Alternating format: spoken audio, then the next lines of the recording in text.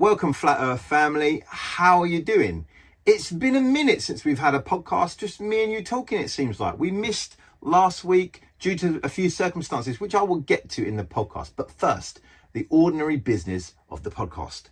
If you're watching on YouTube, please take a moment to like, subscribe, press the little bell icon and select all. That way you'll get all the content we put out, these videos and the Project 1046 and any other content channels we might come up with as time goes on. If you want to find out anything more about the podcast, about me, what we're doing in the world, check out the flatearthpodcast.com. There you'll find previous episodes, linked to the Spotify audio channel, little bloggy thing, pictures of my face, and also a little PayPal button. You can go on there, buy me an electric shaver, a pair of skis, or do you know, actually what I've always wanted and never had as a child was one of those little chemistry sets, you know, like on an advert you see, do chemistry at home, and you can make rocks and stuff.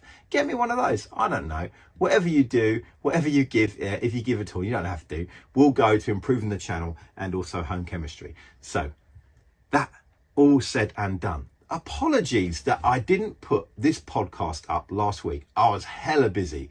We had an event on Thursday evening, which meant that a lot of the day on Wednesday was taken up preparing for that event, and just my mind space and other stuff with family and things were just a busy bear situation. So I didn't quite get round to doing it.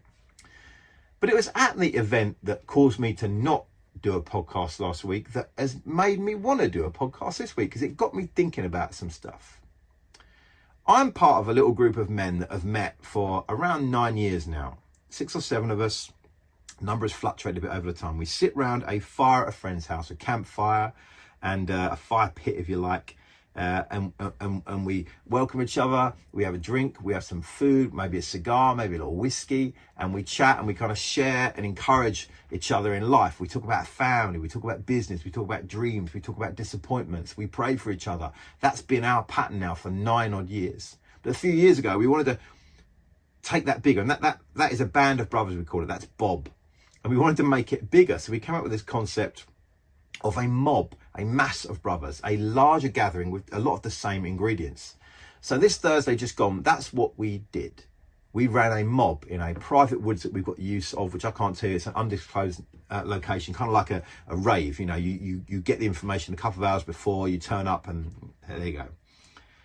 Men are welcomed in, there's a fire, there's meat, there's cigars, whiskey. We do a bit of axe throwing, knife throwing, there's always some sort of barbarian activity.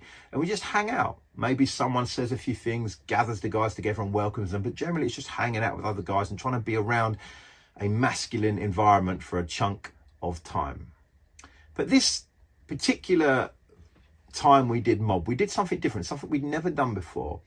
We got large planks of wood and we stenciled out 6 questions, and it's around when you first arrive at mob. There is you park in a little car park at this farm, and then you have to walk down this path and then across a field and then through lots of woodland to get to the site where we actually hold the mob. And it's quite a convoluted way, but you get there. Normally we put little lights on trees and posts to guide people in, but this time we put signposts, if you like. These questions, they were to your left, to your right, above your head, at eye level.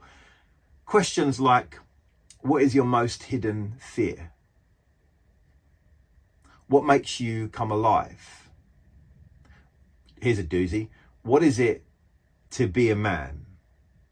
What masks do you wear? Questions like this, like deep questions. And the idea was to prime guys so that as they walked in and they'd read each of these signs as they come in, it would begin to prepare them for, I don't know, talking and thinking and getting the juices flowing mentally. Because I don't know if you've learned this about you, or certainly if you've learned this about people. We are on a desperate journey for meaning. One of my favorite writers, speakers, authors, Erwin McManus, talks about people being meaning machines, that we are meaning machines, that every one of us, we're looking for that meaning in everything we do. We want to know why we're doing it. I'm like that. If you ask me to do you a favor, I'll by and large do it because I'm a good guy. But generally, I want to understand why. And the more you can give me your why, the reason it's important, the more I can know what it really means to do this, the more I'm willing to actually take part and get involved in it. Without knowing why, without understanding the meaning, you can get a little bit adrift. You'll notice if you've ever had a job where you feel like the job is meaningless, the job is pointless, it's very hard to stick it out at a job like that, because like who gives a crap? Like, it doesn't matter. It doesn't even matter to people in the company, let alone dent the universe or the world or any great cause. It can be very hard. We are meaning machines. That's what we are. We're always looking for it. We need it. We desperately need it. And I think part of why we hold men's events like this is because we realize, maybe particularly with men, or maybe not, but we as men, we realize we're most qualified to work with other men. We realize that in our world there is an epidemic of meaninglessness, that men have drifted and lost their way a little bit. And I'm sure women too, I'm sure all people too. You see in children nowadays, we've lost our way. There's a number of reasons for that, but the results are clear. Depression and attempted suicide and successful suicide, a general malaise, hopelessness, fears, people living only for now, desperately to experience everything because they don't understand a greater meaning or purpose over their life. There's lots of symptoms, no matter what you think the reason, what's causing that, or the illness is. These are the symptoms in our society. Because we're meaning machines, we're meant to understand why we're doing something. We're meant to see the purpose in doing something. And where we don't understand a purpose, we go way off sometimes. You know this. Come on, you know this. One other thing I've been thinking about, and it's totally the same, because we are meaning machines, but I realize people are ceremony creatures. And I didn't think I was. If you would have talked to me, one of the greatest compliments a friend of mine ever gave about me, and he did it in front of me to someone else. He said, "Here, this is my friend Rick. Rick is the most non-religious man I've ever met." And I loved that. That was like such an encouraging thing to hear. Like, yeah, I'm not religious. Now, I'm a man of faith. I believe in Jesus. I read my Bible, worship, pray, do all that good stuff. But I am not religious in that traditional sense. I push against traditions. I push against ritual and ceremony. Or rather, I thought I did. But something recently changed my view on this a little bit. I started skateboarding again. Those of you who follow the other videos on this channel that comes out of the Flat Earth podcast, you know we've been doing something. We've got one more week left of this thing called the Project 1046. And it's me attempting to get back on my skateboard at the age of 46, which I turned 46 on Saturday. I had to lose a lot of weight. I've lost 2 stone just to even begin to get back on my skateboard. And so it's 46, 1046. The 10 is to learn a continuous line of 10 tricks on my skateboard. In order to do that, I needed a new skateboard. So I was borrowing lots of skateboards off different friends, or really mainly one friend, to find out what size skateboard I needed. And eventually I realized this is the size, dimension of skateboard I want. And then just Saturday just gone, the Saturday after the mob event, I set up this skateboard.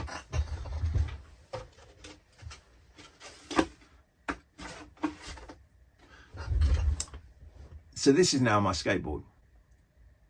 And one of the things I realized when I was putting this together is that in one way or another, I have been putting skateboards together, because you buy it, if you don't know, you can get skateboards complete, but they're not very good. You have to buy, if you're getting a really good pro deck, you have to like buy all the component parts, the deck, the trucks, the bolts, the wheels, the bearings, the rubbers, everything, and the risers and the grip tape. You have to slowly put it together yourself. And I've realized when I did this that I was so looking forward to putting the skateboard together. Now you'd think it would just be like, I want to get it together and skateboard on it. And yeah, I do.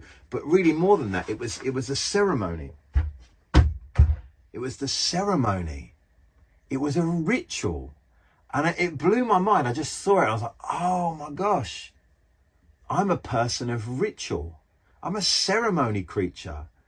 I made time to sit down and in this area here, get all my components together and slowly grip my board, and I enjoyed it, and it smiled. I put the bearings in my wheels, and I put the wheels on the trucks, and I changed the rubbers in the trucks from the original quite soft marshmallow ones to super hard pro ones, and I slowly worked out exactly how tight everything had to be and talked everything out exactly where I want. It was ritual. I've been putting skateboards together since I was 11, 12. Mainly from 11 to 25, numerous boards, numerous rituals and ceremonies of doing that. had a little break for like 20 years and now I'm back on it. And it was an eye-opener for me. Oh man, I am a person of ceremony and of ritual, but I would never call it that. I call it habit and routine. Are you a person that actually have habit and routine, and you'd balk at the point of anyone saying you're religious or that you like ceremony? But actually, some of these things in our lives that we put in, they have taken the place of what we used to call ceremony, traditions. Because traditions really, like the best. Someone once described tradition as traditions are the corpses of great ideas. I love that. Tradition is the corpse of a great idea. And that's how I felt about many traditions. Even when I was a pastor, people would say, isn't it this Sunday and that Sunday, or the month of this, or the week of that, or the day of that? And I would not know, because I wasn't interested in the Christian calendar. I didn't care. It wasn't my thing. I'm not a ceremony guy. But it turns out in some areas I am. It turns out there are exact things I do in exact ways each time. And I used to use the word order. There's a particular order. There's a way that things must be done. That is another way of saying there is a ceremony. There is a ritual. There is a pattern. Maybe like me, as I'm talking to you, you're going, oh wow, I do this. It could be you have to have your cereal in the same bowl with the same spoon every morning. When I was younger, my friends used to take the mick out of me because if I spun in one direction, I would need to spin back the other way, or I'd feel wound up. At the end of the day, I would try at my bed and try and calculate how many times did I go anti-clockwise and how many times will I have to stand down my room and go clockwise to unwind, to not feel twisted inside. Yes, I had I never had a weird childhood. I was a weird child. Habits, ceremony creatures, meaning machines. It's what we are. Now, we might have different labels for it now. We might not have the old labels of religion and family and tradition, but they're still there. Something in us, something in our spirit generates these things, the longing for meaning, the need for ceremony and ritual and connection. And I realized it this week. Just hit me in the face, man. Like, oh, I'm a creature of habit and ceremony. I love meaning. On that men's event I spoke about, the mob, it was so interesting. To a man, everyone I had a conversation with was struck by at least one question as they walked in, and it really provoked them. And that were rarely the same questions. It just, somewhere it asked them a question, and if they allowed it poked at some area of either meaning or meaninglessness in their lives. That question went to uninvited places. And it's good. It's good to have that.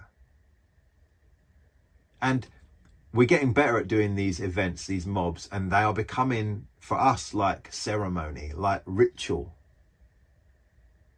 And I guess the rituals that we're creating and how we set it up and what we offer these groups of men each time they come, and there's different groups and there's always a different vibe each time, but what we're offering them is some arena where they can bring their questions to, their search for meaning, and hopefully find it.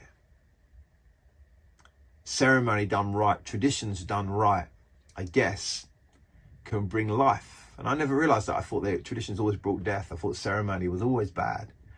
But I'm not sure it is. I think there's some middle ground to occupy. And it has to be occupied because we cannot not be meaning machines. You know, a polar bear isn't thinking about what to do this Friday, okay? A lion isn't thinking about how killing that antelope affected the antelope's relatives. We are fairly unique in all of the living kingdoms of the world in our need for, our longing for meaning, and our ability, and it seems our necessity, to set up ritual and ceremony in order to label, get a handle on, remind ourselves, and provoke those questions of meaning. That machine that needs to be fueled by purpose. I know These are my questions. This is just what I was thinking about. You're like, Rick, man, you're too deep. You're probably right, man. You're probably right. You know, I mean, in other news, I'm a 45-year-old man rolling around on a skateboard. So there's meaning, but there's also ridiculousness. There's also just madness, you know. It's funny where we look for meaning. I've got lots of friends that do lots of different things, and I wonder where meaning comes from. Meaning can come from material goods, a nice watch, a nice car, a big house, a great holiday. Or meaning can come from experiences, great moments, unlived by other people moments where you go, oh, we're the first people to do this, or the last people to do this. It can come from our relationships, meaning from just that spouse, those children, our friends, or whatever it is. It doesn't matter. We're gonna fight for it and try and find it, because we can't do anything else, because it's in us. We understand that in the universe there's something strange about us. We are hankering after meaning and purpose. It's just in us from the get-go. It don't matter. We need to understand what we're doing, why things work, what we enjoy, what we don't enjoy. So anyway, that's about all I've got. Quick one in and out. I've got the final weigh-in for the Project 1046 this Friday, and then I'm away for the weekend. It's my birthday, away with the wife and just having a great time. And I guess I'll see you next Thursday for the Friday for the final weigh-in, Thursday for the podcast. And we're going to start a new channel soon, which I've been talking about for a while, but I'll talk more about it maybe next week. I'm really excited about it. Bless you guys. May you have fun in your own rituals. May you find meaning in whatever it is you're doing this week. Bless you. I hope this iPhone new arrangement worked out all right. Bless you guys. I'll see you next time, yeah? Later.